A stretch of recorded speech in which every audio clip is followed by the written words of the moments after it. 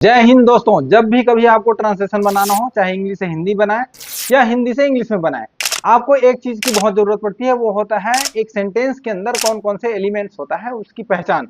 तो आज की इस वीडियो में हम देखेंगे और पूरा ब्रेक डाउन करेंगे एक सेंटेंस का कि किस तरह से उसके अंदर क्या क्या एलिमेंट्स होते हैं, उसको हम किस तरह से पहचानते हैं और हर एक एलिमेंट्स का ट्रांसलेशन किस तरह से होता है। ठीक है। और आप जो जानते हैं ना, सब्जेक्ट वर्ब और ऑब्जेक्ट की तरह से हमें ट्रांसलेशन बनाना होता है, इसी स्ट्रक्चर पे चलना होता है। वो एक सिंपल सा छोटा सा फार्मूला है और जो नॉर्मल सेंटेंस के लिए चलता है।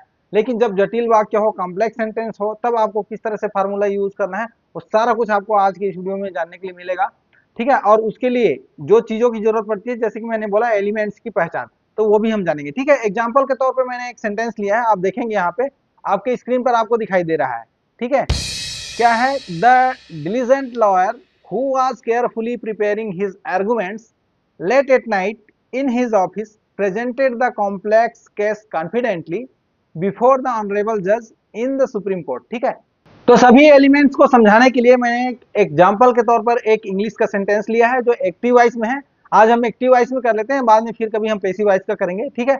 और इस एक्टिव वॉइस के सेंटेंस के अंदर सारे एलिमेंट्स लगभग इंक्लूड है, इसीलिए मैंने ये सेंटेंस तैयार किया है ताकि सारे एलिमेंट्स आपको समझा सकूं। इस सेंटेंस को हम देखेंगे, ब्रेक डाउन करेंगे पूरी तरह से और एलिमेंट्स पहचान लेंगे। ठीक है। तो देखिए, जब आप इंग्लिश से हिंदी में ट्रांसलेट करने जाते हैं तो हमारा फार्मूला क्या होता है। ठीक है। जो मेरे साथ अब तक क्लास करते रहे हैं या जिन्होंने मेरी वीडियो देखा है वो सब जानते होंगे। इंग्लिश के सेंटेंस में हम सबसे पहले क्या करते हैं, जा करके देखते हैं कि हमारा वर्ब कहाँ है। ठीक है। मेन वर्ब कहाँ है। तो इस सेंटेंस में आप देखेंगे जो मेन वर्ब है वो है आपका प्रेजेंटेड। अब ये सिंपली प्रेजेंटेड लिखा है, इसका मतलब क्या है, ये सिंपल पास्ट टेंस का ये वर्ब है। ठीक है। और जब हम वाक्य को ट्रांसलेट करने जाते हैं तो तीन हिस्सा जरूर करते हैं, सब्जेक्ट का एरिया, वर्ब का एरिया और ऑब्जेक्ट का एरिया। ठीक है।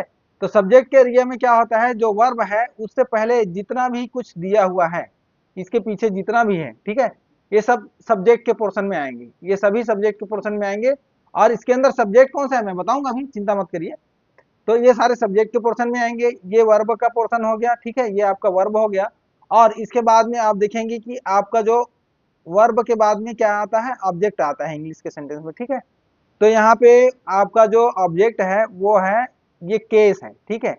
केस ऑब्जेक्ट है, लेकिन इसके साथ में भी आपको यानी कि ऑब्जेक्ट के एरिया में आपका यहाँ तक पूरा आ जाएगा, द से लेकर के यहाँ तक। क्यों? क्योंकि ये इसकी विशेषता बताने के लिए आया है कि केस कैसा है, कॉम्प्लेक्स है। ठीक है। उसके बाद में डिटर्मिनर भी लगा है। ठीक है। तो अब हमारा तीन पोर्शन हो गया। अब इसके अंदर देखिए, ये सब्जेक्ट का पोर्शन, हम मैंने इतना बड़ा एरिया सब्जेक्ट का बताया है, लेकिन इसमें जो मेन सब्जेक्ट है वो सब्जेक्ट क्या है, सिर्फ ये लॉयर है। ठीक है। ये लॉयर सब्जेक्ट है। ठीक है। अब आपने देख लिया कि ये लॉयर सब्जेक्ट है भाई। ठीक है। और ये प्रेजेंटेड वर्ब है और ये केस जो है ऑब्जेक्ट है। तीन ही चीज हमें पता चला। ये भी एलिमेंट है। ठीक है। लेकिन इसके अलावा जो बाकी चीजें दी गई हैं वो क्या है फिर, तो उसके अंदर आप देखेंगे, यहाँ पे देखेंगे जैसे कि यहाँ द लिखा हुआ है। ठीक है। ये द क्या है, इसको हम डिटर्मिनर बोलते हैं। डिटर्मिनर का मतलब क्या होता है, निर्धारक, जो निर्धारित करता है। और इसका मीनिंग क्या होता है, यह वह उस, इस तरह से। ठीक है। अभी तो चलो सबसे पहले हम देख लेते हैं, यहाँ पे तीन हिस्सा हमने कर लिया। ट्रांसलेशन इसी तरह से बनेगा, बना लेंगे हम, रीअरेंज कर लेंगे। लेकिन उसके पहले देख लेते हैं कि यहाँ पे डिटर्मिनर्स क्या है ना। तो एक सेंटेंस के अंदर में डिटर्मिनर्स क्या है, कौन कौन से हैं, ये है आपका द। ठीक है। ये द हो गया। और उसके बाद में यहाँ अगेन एक द दिया है, ये भी डिटर्मिनर्स है। ये किसके लिए है, केस के लिए। ठीक है। उसके बाद में एक द, एक डिटर्मिनर ए भी है। और ये किसको डिटरमाइन कर रहा है, जज को डिटरमाइन कर रहा है। ठीक है। तो ये हो गया डिटर्मिनर्स। इसका मतलब होता है यह वह उस, इस तरह से। हालांकि जब हम ट्रांसलेशन बनाने जाते हैं तो ये साइलेंट रहता है। ठीक है ना। अब देखो, एडजेक्टिव तो आप जानते हैं, जो भी विशेषता बताने के लिए आता है, पार्ट ऑफ स्पीच का हिस्सा है। जो भी किसी सब्जेक्ट का या किसी नाउन का विशेषता बताने के लिए आता है, ठीक है, वो क्या होता है, वो एडजेक्टिव होता है। तो एडजेक्टिव यहाँ पे क्या है, एडजेक्टिव, एडजेक्टिव्स कौन कौन से हैं, यहाँ देखो, ये लायर की विशेषता बताने के लिए क्या आया है, ये डिलीजेंट। तो ये क्या बन गया, ये एडजेक्टिव हो गया है ना भाई, डिलीजेंट, डिलीजेंट हो गया। अब यहाँ पे देखेंगे, ये ऑब्जेक्ट है ना, जो ऑब्जेक्ट होता है वो भी एक प्रकार से नाउन होता है। ठीक है। अब इसकी विशेषता बताने के लिए क्या आया है, ये कॉम्प्लेक्स आया है। तो डिलीजेंट हो गया, उसके बाद में ये कॉम्प्लेक्स हो गया। कॉम्प्लेक्स का मतलब क्या है, जटिल, ठीक है। तो ये इसकी विशेषता बताने के लिए आ गया। उसके बाद में और कोई विशेषता बताने वाली वह है, दो ही चीजें, एडजेक्टिव दो मिल गए आपको, ठीक है। अब उसके बाद आप देखेंगे इसके अलावा भी और भी बहुत सारी चीजें हैं ना। अब यहाँ पे आप देखेंगे एडवर्ब्स कौन कौन से हैं, यानी वर्ब की विशेषता बताने वाले एडवर्ब्स। एडवर्ब्स कौन कौन से हैं, यहाँ देखो, काम किस तरह से हुआ है, एडवर्ब ऑफ मैनर, केयरफुली, ठीक है। तो ये क्या होगा आपका, केयरफुली। केयरफुली का मतलब सावधानी पूर्वक, है ना। यहाँ एक कॉन्फिडेंटली दिया है, ठीक है। किसके लिए दिया है, कौन से वर्ब के लिए, प्रेजेंटेड के लिए, ठीक है। तो कॉन्फिडेंटली, आत्मविश्वास पूर्वक, कॉन्फिडेंटली, ठीक है। तो इस तरह से आप देखेंगे आपको डिटरमिनर्स मिल गया, एडजेक्टिव मिल गया, एडवर्ब मिल गया। उसके बाद भी आप देख पा रहे होंगे कि अभी भी बहुत सारी चीजें बची हुई है ना। तो बचा हुआ चीज क्या है फिर, अब आप देखेंगे अभी चलिए पूरा एनालाइज कर लेते हैं। अब ये जो है, इस जज की विशेषता बताने के लिए एक ऑनरेबल भी आया है, ये भी आपका एडजेक्टिव है, यहाँ पे लिख लेते हैं हम, कोई बात नहीं। ऑनरेबल, ऑनरेबल जज है ना। अब उसके बाद भी अभी आप देखेंगे सुप्रीम कोर्ट क्या है, सुप्रीम कोर्ट भी नाउन है यहाँ पे, ठीक है। और ये यहाँ पे आया है ऑब्जेक्ट के रूप में, ये भी आया है ऑब्जेक्ट के रूप में। एक सेंटेंस के अंदर में दो दो ऑब्जेक्ट होती है। अगर आप नहीं जानते हैं कि ऑब्जेक्ट कितने प्रकार के होते हैं, कैसे होते हैं, कैसे पहचानना है, तो एक अलग से वीडियो बना हुआ है, उसको जा करके देखिएगा, आप पहचान जाएंगे, ठीक है। तो ये भी एक ऑब्जेक्ट है। अब चलिए, एक छोटा मोटा मोटी आपको मैंने एक ब्रेकडाउन बताया, इसके अलावा बहुत सारी चीजें हैं अभी एक सेंटेंस के अंदर आपको पहचानना है, ठीक है। तो अगले हिस्से में हम चलते हैं, द डिलिजेंट लायर है, ये क्या है, आपका सब्जेक्ट है ना। अब इसके अंदर में आप देखेंगे कि यहाँ पर जो दिया हुआ है, who was carefully preparing his arguments late at night in his office, यहाँ तक क्या है, ये एक क्लॉज है जो, जिसे आप रिलेटिव क्लॉज भी बोल सकते हैं और एडजेक्टिव क्लॉज भी बोल सकते हैं। रिलेटिव क्लॉज इसलिए है क्योंकि इस लायर के बारे में एडिशनल इंफॉर्मेशन दे रहा है, और ये एक मॉडिफायर भी है, ठीक है। तो ये क्या हो गया आपका, आप देखेंगे कि ये क्या बन गया, एक क्लास बन गया, एक क्लास है, ठीक है। और ये जो क्लास है ये एडजेक्टिव क्लास है, क्योंकि ये इस लायर के बारे में विशेषता बताने के लिए आ रहा है, मॉडिफायर हो गया, ठीक है। एडजेक्टिव क्लास कहलाएगा ये। और इसे आप रिलेटिव क्लास भी बोल सकते हैं, क्योंकि यहाँ इसके लायर से रिलेट करने के लिए, लायर के बारे में एक्स्ट्रा इन्फॉर्मेशन देने के लिए हु करके आया है, तो इसे आप रिलेटिव क्लास भी बोल सकते हैं और एडजेक्टिव क्लास भी बोल सकते हैं, ठीक है। अब देखिए, क्लास मैंने बोला है, इसका मतलब क्या है, इसके अंदर फिर अगेन एक सब्जेक्ट, वर्ब और ऑब्जेक्ट आएगा, और उसका ट्रांसलेशन फिर उसी प्रकार से बनाएंगे। तो जैसे मैंने तीन हिस्सा बताया था इस वर्ब से लेकर के, ठीक है। तो उसके पीछे का हम ट्रांसलेशन बनाएंगे, लेकिन वो बाद में करेंगे। उससे पहले अभी देखिए, मैं पहचान कर रहा हूँ आपको कि एक क्लास क्या है, ठीक है। एक क्लास यहाँ मिल गया। अब उसके बाद में आप देखेंगे कि फ्रेज है, इसके अंदर में फ्रेज भी है, ठीक है। तो फ्रेज क्या है, जैसे एक से अधिक अगर कोई शब्दों का समूह है तो वो फ्रेज कहलाता है। जैसे यहाँ आप देखेंगे सब्जेक्ट के रूप में क्या है आपका, लॉयर है ना। ये लायर है, लेकिन लायर कैसा है, डिलीजेंट है, इसकी विशेषता बताने के लिए आ गया। उसके बाद में उसको डिटरमाइन करने के लिए कि यह वह उस, इसका ट्रांसलेशन आए या ना आए, लेकिन एक डिटरमाइन करने के लिए दिया गया है। इससे पता चल रहा है कि इसके बारे में बात हो रही है। तो अब ये तीन शब्दों का एक ग्रुप बन गया, इसका मतलब क्या है, ये फ्रेज कहलाएगा, नाउन फ्रेज, ठीक है। तो द डिलीजेंट लॉयर क्या हो गया, नाउन फ्रेज हो गया, द डिलीजेंट लॉयर, ये क्या है, ये आपका नाउन फ्रेज हो गया, ठीक है। यानी कि एक नाउन के रूप में है, लेकिन एक से अधिक शब्द है, इसीलिए ये फ्रेज कहलाएगा, ठीक है। और उसके बाद में ये क्लास है, क्लास भी इसी से रिलेटेड है, तो इसी तरह से ट्रांसलेशन बनेगा। उसके बाद में आप देखेंगे, उसके बाद भी बहुत सारी चीजें अभी भी बची हुई है ना, जैसे द कॉम्प्लेक्स केस बोला हमने। केस मैंने बताया यहाँ पे एक ऑब्जेक्ट है, ठीक है, डायरेक्ट ऑब्जेक्ट है ये, ठीक है, इसको हम बोलेंगे डायरेक्ट ऑब्जेक्ट। लेकिन ये क्या है, एक फ्रेज भी है, कौन सा है, द कॉम्प्लेक्स केस। ये कॉम्प्लेक्स केस क्या है, एक डायरेक्ट ऑब्जेक्ट है, लेकिन ये फ्रेज के रूप में है, ठीक है, क्योंकि एक से अधिक शब्दों का समूह हो गया। ये केस इसमें सिर्फ ऑब्जेक्ट है, डायरेक्ट ऑब्जेक्ट, और उसके साथ में उसकी विशेषता बताने के लिए भी आया। यानी कि ये शब्दों का समूह बन गया, इसलिए ये फ्रेज कहलाएगा। ठीक है, उसके बाद में कॉन्फिडेंटली मैंने बताया था कि ये एक एडवर्ब है। ठीक है, और उसके बाद में आप देखेंगे बिफोर द ऑनरेबल जज इन द सुप्रीम कोर्ट, ये क्या है, ये भी तो छूटा हुआ है ना। तो ये जो पूरा हिस्सा है ये इनडायरेक्ट ऑब्जेक्ट का है। ठीक है, डायरेक्ट ऑब्जेक्ट क्या हो गया यहाँ पे, डायरेक्ट ऑब्जेक्ट हो गया आपका ये वाला। ठीक है, और इसमें जो एक्चुअली में ऑब्जेक्ट है वो केस है। अब यहाँ पे इनडायरेक्ट ऑब्जेक्ट हो गया, इनडायरेक्ट ऑब्जेक्ट, इनडायरेक्ट ऑब्जेक्ट क्या है, ये पूरा का पूरा कौन सा, बिफोर द ऑनरेबल जज इन द सुप्रीम कोर्ट। ठीक है, बिफोर द ऑनरेबल जज in the supreme court, short में लिख दे रहा हूं सुप्रीम कोर्ट। ठीक है, ये क्या है, ये एक इनडायरेक्ट ऑब्जेक्ट है। ठीक है, इनडायरेक्ट ऑब्जेक्ट डायरेक्ट ऑब्जेक्ट जैसे मैंने बताया, आप देख सकते हैं उस वीडियो को जाकर के, आप समझ जाएंगे क्या होता है। अब हमने एक से बढ़कर एक सभी चीजों की हमने पहचान कर ली है। उसके अलावा अभी भी देखेंगे आप फ्रेज के रूप में अभी भी बहुत सारी चीजें बाकी हैं। जैसे कि यहाँ देखेंगे एडवर्बियल फ्रेज के रूप में है, यानी कि इस वर्ब, ये वर्ब यानी कि ये जो क्रिया है ये कैसे हुई, कहाँ हुई, क्यों हुई, ये सब चीज क्या है, वर्ब के बारे में एक्स्ट्रा डिटेल्स देते हैं और इनको वर्ब के साथ में हम ग्रुपिंग करेंगे। जैसे यहाँ पे आप देखेंगे क्या बोला है, बिफोर द ऑनरेबल जज, है ना, बिफोर द ऑनरेबल जज, ये भी एक फ्रेज बन गया, फ्रेज के रूप में ये भी आ गया, ये बिफोर द ऑनरेबल जज। और उसके बाद में कहाँ पर दिया, तो इन द सॉरी हाँ इन द सुप्रीम कोर्ट, तो ये भी एक फ्रेज बन गया। ठीक है, एडवर्बियल फ्रेज यानी कि कार्य की क्रिया के होने के बारे में अतिरिक्त जानकारी देने वाले मॉडिफायर ये हो गए। ठीक है, उसके बाद में और भी फ्रेज हैं, आप देखेंगे यहाँ लेट एट नाइट, तीन शब्दों का समूह हो गया लेट एट नाइट, इसका मतलब ये भी एक फ्रेज है।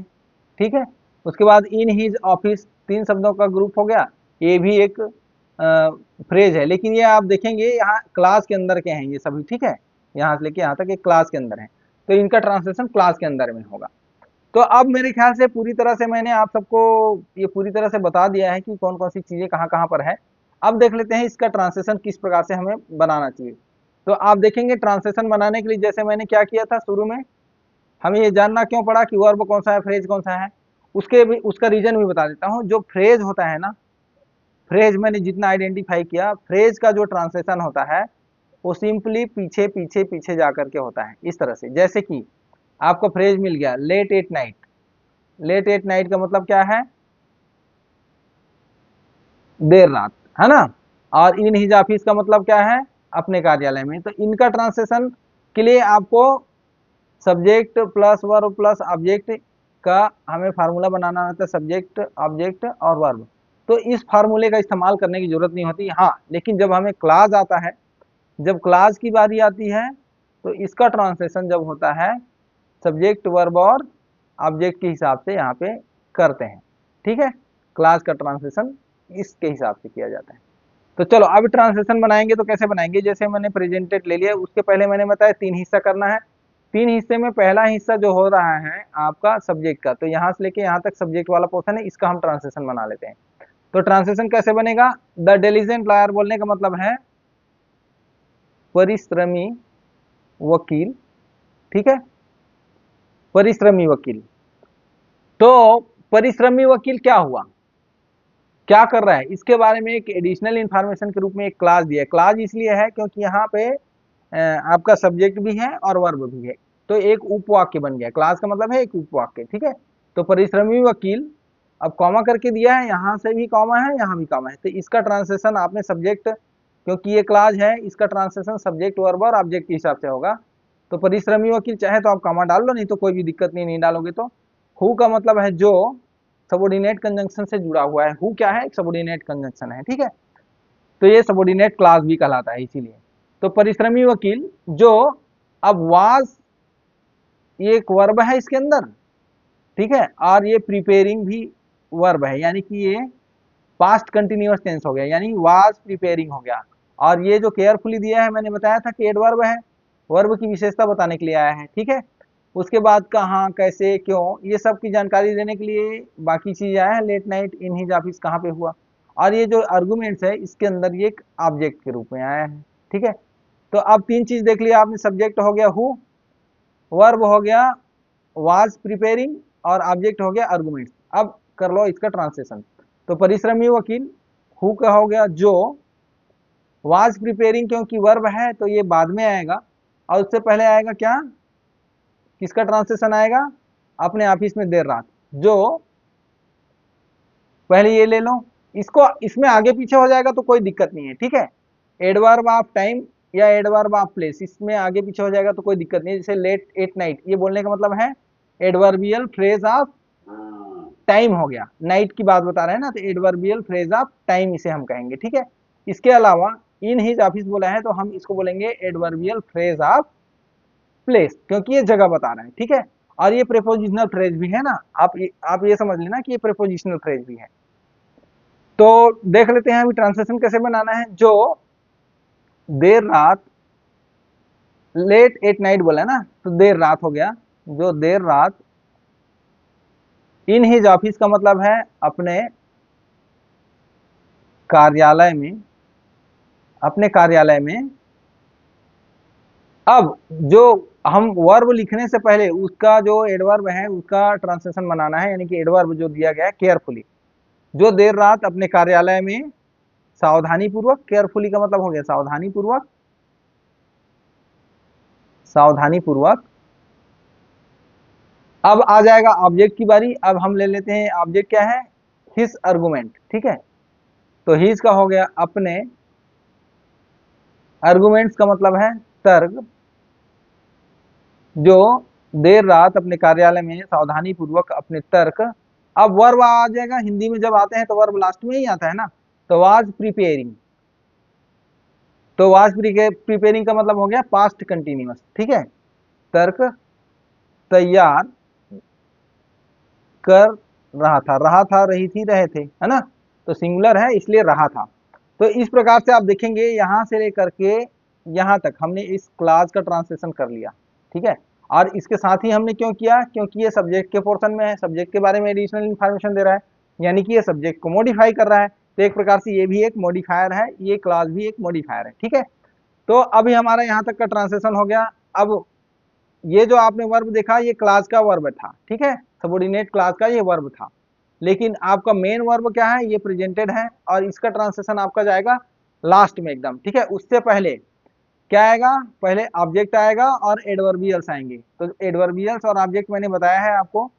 प्रेजेंटेड वर्ब हो गया द कॉम्प्लेक्स केस, ये आपका ऑब्जेक्ट हो गया, डायरेक्ट ऑब्जेक्ट फ्रेज के रूप में है, और उसके बाद में कॉन्फिडेंटली बिफोर द ऑनरेबल जज इन द सुप्रीम कोर्ट, ए भी हो गया। ठीक है, तो अब ये वर्ब का ट्रांसलेशन लेने से पहले हमें बचे हुए इन एडवर्बियल्स की ट्रांसलेशन बनानी होगी। ठीक है, ऑब्जेक्ट उसके बाद फिर ऑब्जेक्ट कर लेंगे और उसके बाद में फिर वर्ब कर लेंगे।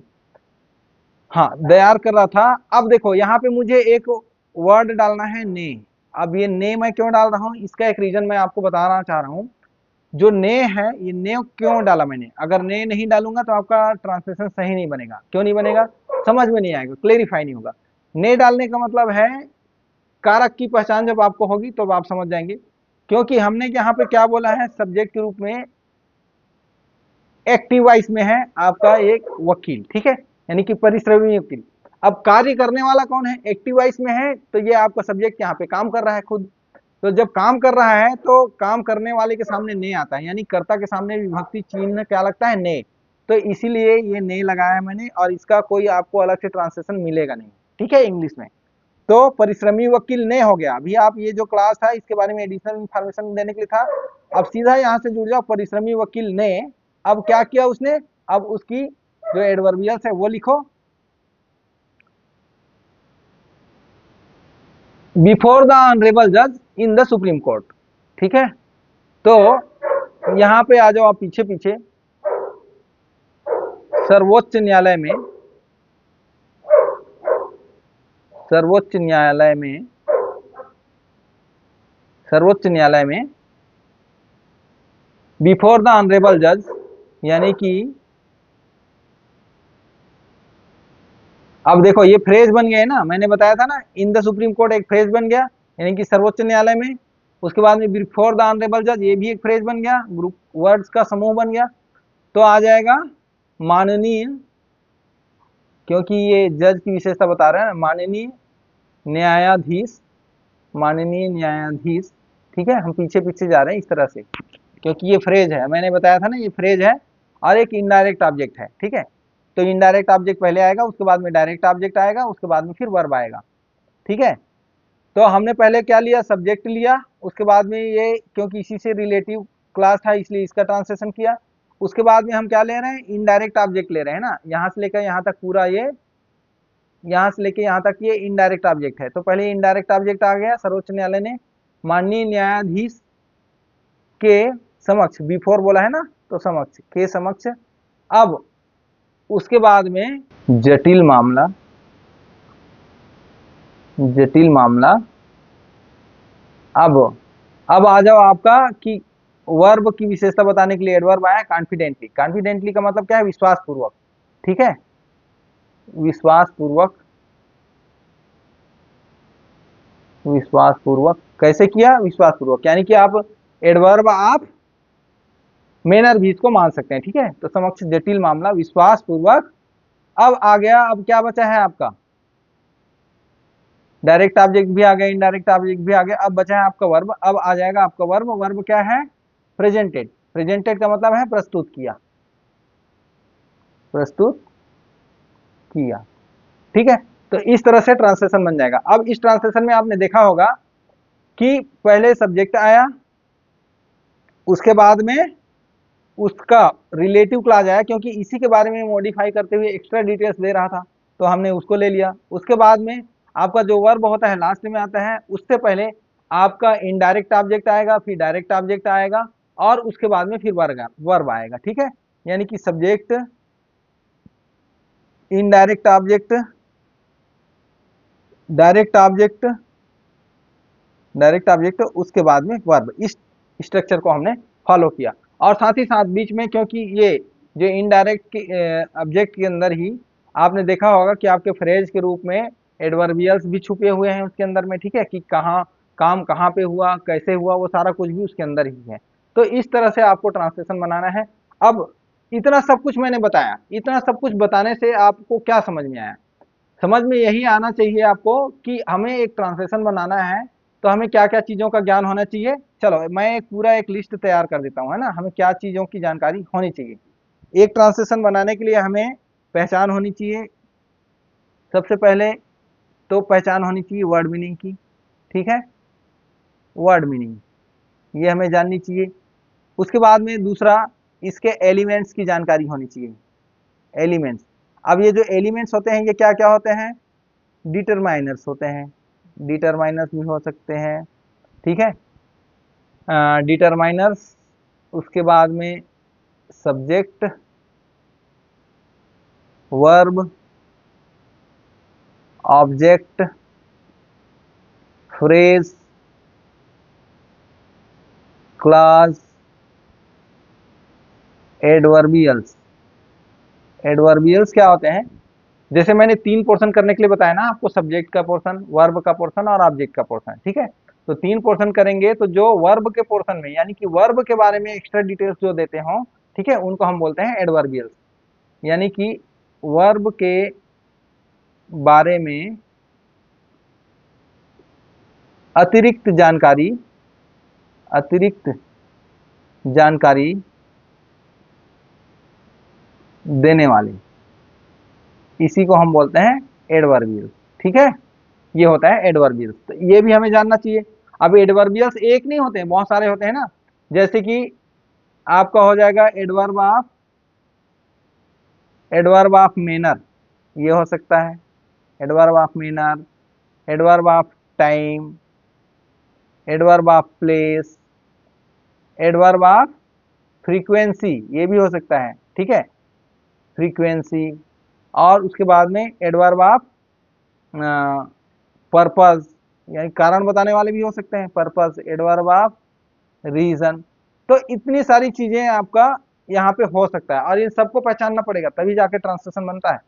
तो अगर आपको ये सारी चीजें सीखनी है, ये सारी चीज ठीक है, अभी मैं आपको वर्ड मीनिंग बता दिया, एलिमेंट्स बता दिया, अभी देखो बहुत सारी चीज हैं और भी जानने के लिए। और आपको क्या जानना पड़ेगा, फ्रेज हो गया, जान लिया आपने। मॉडिफायर्स, मॉडिफायर्स यानी कि विशेषक, मॉडिफायर्स इसको हम बोलते हैं विशेषक, विशेषक या संशोधक भी बोल सकते हैं, ठीक है, संशोधक, ये भी चीज। अब इसके अंदर में क्या आते हैं संशोधक, मॉडिफायर क्या होते हैं, एडजेक्टिव होगा, ठीक है, एडजेक्टिव होगा, एडवर्ब होगा, ये सब चीजें हैं। और आपका डिटरमाइनर्स भी होगा, डिटरमाइनर्स भी इसी के अंदर आते हैं। तो इन सारे चीजों की जानकारी आपको होनी चाहिए, फ्रेज, क्लास, ठीक है, एडवर्ब। और साथ ही साथ में आपको टेंस का भी जानकारी तो भाई होना ही चाहिए ना, टेंस आइडेंटिफिकेशन, टेंस जानना चाहिए, यानी कि टेंस की आइडेंटिफिकेशन होनी चाहिए, टेंस आइडेंटिफिकेशन, ठीक है। तो ये सारी चीजों की जानकारी आपको होनी चाहिए, और ये सब चीज अगर आप जानते हैं तो ही आप ट्रांसलेशन बना पाएंगे। आज के एग्जाम्पल में हमने एक्टिव वॉइस का टेंस लिया था, सॉरी एक्टिव वॉइस का सेंटेंस हमने लिया था, ठीक है, और इसका पूरा तरीका मैंने बता दिया। अगली क्लास में हम देखेंगे कि पैसिव वॉइस में क्या होता है, उसमें किस तरह से स्ट्रक्चर फॉलो करते हैं, वहां हम एलिमेंट्स कैसे पहचानते हैं। देखो भाई, एलिमेंट्स पहचानने की प्रैक्टिस जरूर होनी चाहिए, तभी आप बहुत अच्छे तरीके से कर पाएंगे, ठीक है। तो चलिए आज के वीडियो को यहीं एंड करते हैं, यहीं विराम देते हैं। मिलेंगे फिर अगले वीडियो में और बहुत अच्छी जानकारी के साथ में, जो आपको कुछ ना कुछ वैल्यू जरूर प्रदान करेगी, ठीक है। जय हिंद।